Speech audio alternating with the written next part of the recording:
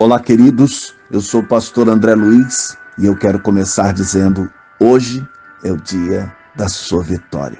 Vem comigo, porque eu tenho certeza de que Deus vai falar muito ao teu coração nesta manhã. Então, compartilhe esta mensagem, dê o teu like e inscreva-se neste canal se porventura você não é inscrito, para que você possa ser abençoado a cada manhã quando colocarmos aqui uma nova mensagem. Vamos à leitura da palavra de Deus. Hoje, Jeremias, capítulo de número 12, verso 1, que nos diz assim: O justo serias, ó Senhor, ainda que eu entrasse contigo num pleito. Contudo, falarei contigo dos teus juízos. Porque prospera o caminho dos ímpios e vivem em paz todos que cometem o mal aleivosamente. Queridos, em Jeremias 12, o profeta reclama da prosperidade dos iníquos e revela que se outras nações aprenderem os caminhos de Israel, elas seriam contadas com Israel. Queridos, nós podemos dividir em 4 partes este capítulo: reclamação do profeta, advertência de Deus, lamento e juízo a Judá e as nações. Meus queridos, um dos maiores desafios da vida do cristão é a perseverança. Não foi sem razão que Cristo afirmou: aquele, porém, que perseverar até o fim, esse será salvo. O caminho da salvação, meus amados, requer uma fé confiante, que persevera e que vai prevalecer ainda que tudo ao redor pareça desmoronar. Jeremias dirige a sua primeira queixa ao Senhor. Inconformado com a prosperidade dos ímpios, reclamou a justiça divina. A vida tranquila dos perversos era um contraste com a sua com que procurava viver segundo a vontade de Deus. Enquanto o povo prosseguia em sua falsa adoração e os seus negócios prósperos, o profeta era perseguido até pela própria família. Com sede de justiça, Jeremias expõe perante o Senhor o seu coração e, no impulso de angústia, pede castigo para os perversos de seu povo. Ah, queridos, as alternâncias da vida, a vicissitude da vida, costumam nos fazer questionar muitas coisas.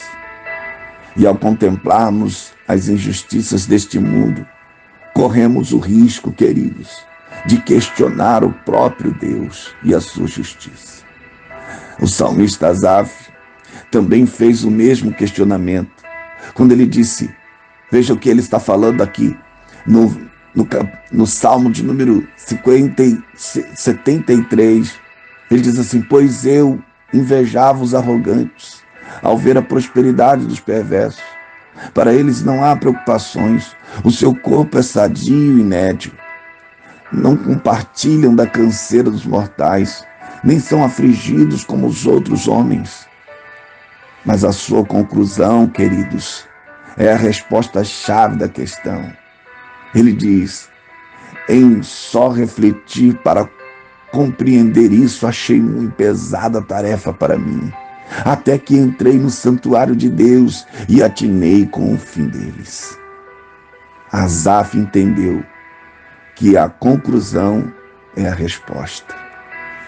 Ah, queridos, confiança é a mola propulsora da perseverança. Guarde isso. Preste atenção no que eu estou lhe dizendo. Confiança é a mola propulsora da perseverança.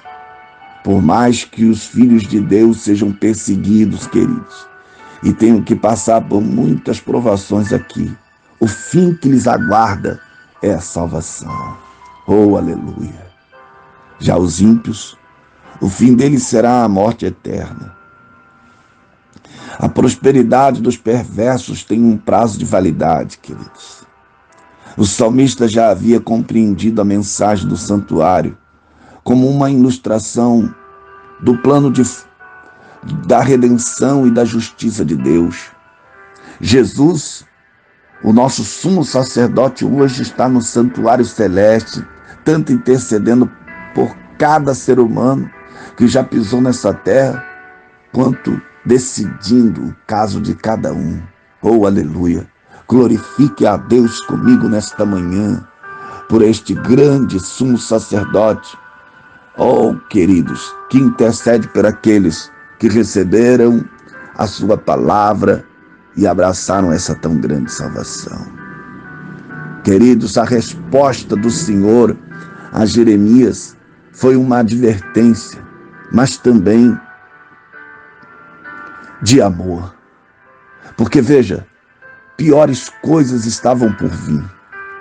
Se você ler todo o capítulo, você vai entender que coisas piores estavam por vir. Deus estava preparando o profeta. Piores coisas estavam por vir. E sem... Veja que se em terra de paz ele já estava tão aflito, como conseguiria resistir o tempo de guerra, um tempo de luta que ainda viria?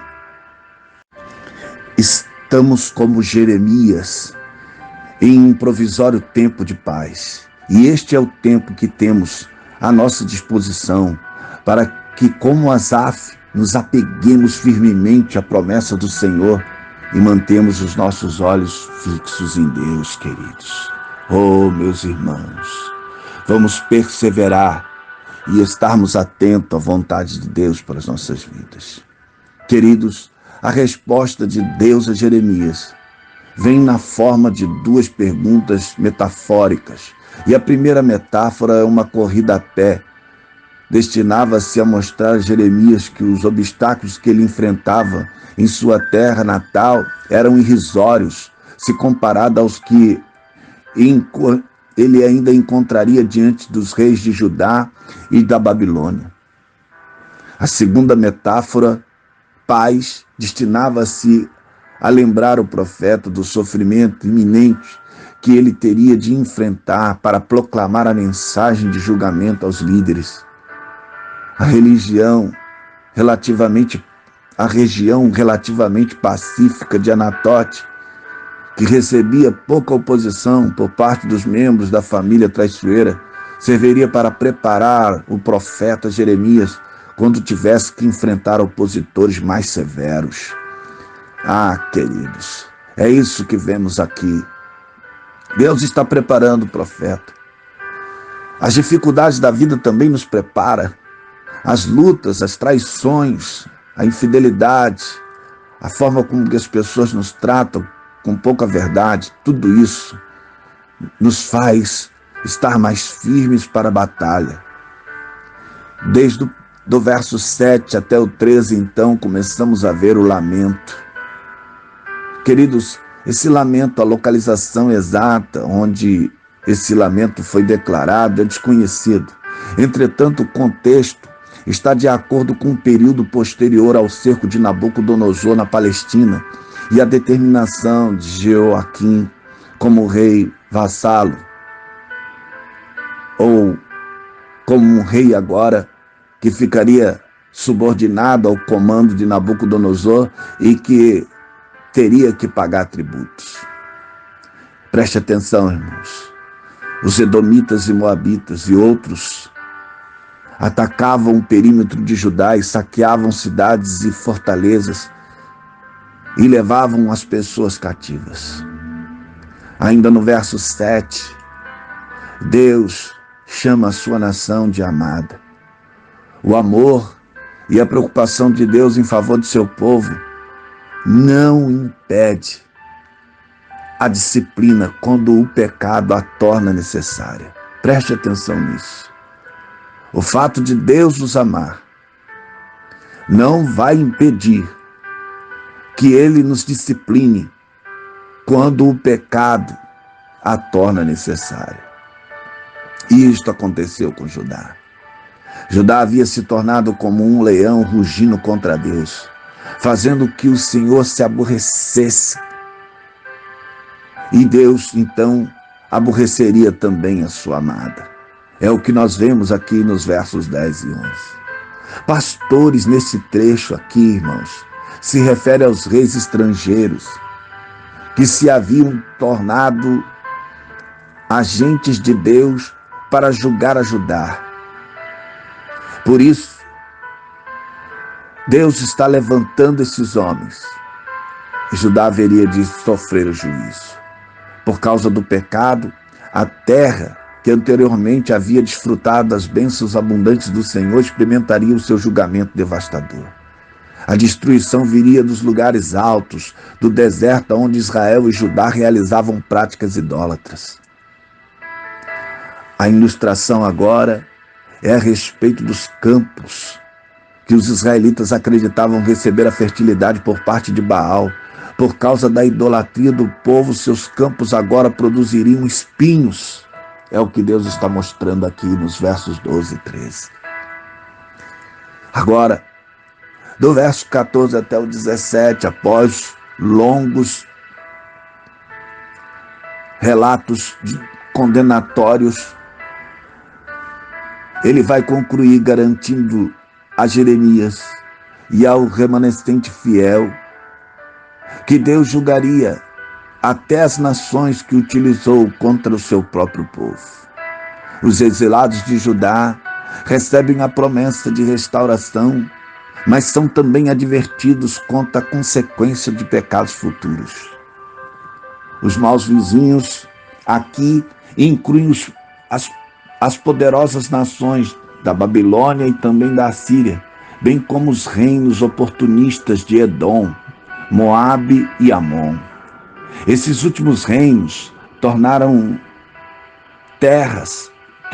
as terras, colheitas e fizeram reféns quando Judá se encontrava enfraquecido pela invasão. Agora, queridos, preste atenção. Quando Deus se refere à sua herança, à terra de Deus, que Deus deu ao seu povo sobre condições bastante específicas. E ele diz arrancar. Geralmente aqui é utilizado no livro de Jeremias no contexto de retribuição de Deus contra as nações ímpias. E Judá também seria arrancado dentre aquelas que seriam arrancados. É o que Deus está falando aqui nos versos de número 14 e 15. Esse versículo aqui, o 15, apresenta um vestígio de esperança em meio a uma profecia de julgamento. Durante o período de punição, o Senhor lembrar-se-ia de sua aliança com Abraão e, eventualmente, ele retornaria e se compadeceria de seu povo. Porções da terra iriam retornar aos seus proprietários originais. Oh, queridos, Deus é Deus de promessa. As nações receberam diretrizes aqui rigorosas, no verso de número 16, a respeito de sua sobrevivência e das bênçãos futuras. São aconselhadas a aprenderem um caminho de Israel e de modo mais diligente do que haviam ensinado Israel a adorar a Baal. E se as nações fizessem isso e se colocassem sobre a liderança, sobre a aliança de Deus, melhor dizendo, jurando pelo meu nome, diz o Senhor, edificar-se-ão. E esse é o chamado para que as nações compartilhem da salvação de Israel. A condição negativa é apresentada também como um mesmo rigor. E se as nações se recusassem a se submeter à soberania de Deus, totalmente seriam arrancadas. Deus está dizendo, eu arrancarei a tal nação e farei perecer. Queridos, nós entendemos muito melhor esse contexto quando nós estamos lendo Neemias. E nós vemos que muitos de Edom vieram e ajudaram a reedificar a terra após o exílio e se submeteram às leis de Deus e também foram obrigados a se circuncidar e se tornaram ali uma só nação. Porque Deus é Deus de promessa. Deus é Deus de misericórdia. Deus se lembrou do seu povo. Eu quero lhe dizer, persevere, porque vale a pena. Todas as suas lutas e angústias desta vida, um dia ela terá um fim e dará lugar a um tempo de delícias sem fim. Ore comigo nesta manhã. Querido e eterno Deus, eu te glorifico nesta manhã por esta grande oportunidade. Senhor, que tu nos dá de estarmos em sua presença nesta manhã e orar a ti. Ó Deus, e engrandecer o teu nome, pois tu és um Deus de promessa. Agora, Pai, fica conosco e nos dá um dia abençoado. Esta é a oração do teu servo nesta manhã, entregando tudo nas tuas mãos, em nome de Jesus. Amém. Queridos, eu vou ficando por aqui dizendo a você, Deus abençoe a tua casa, Deus abençoe a tua família, Deus abençoe a tua vida, em nome de Jesus.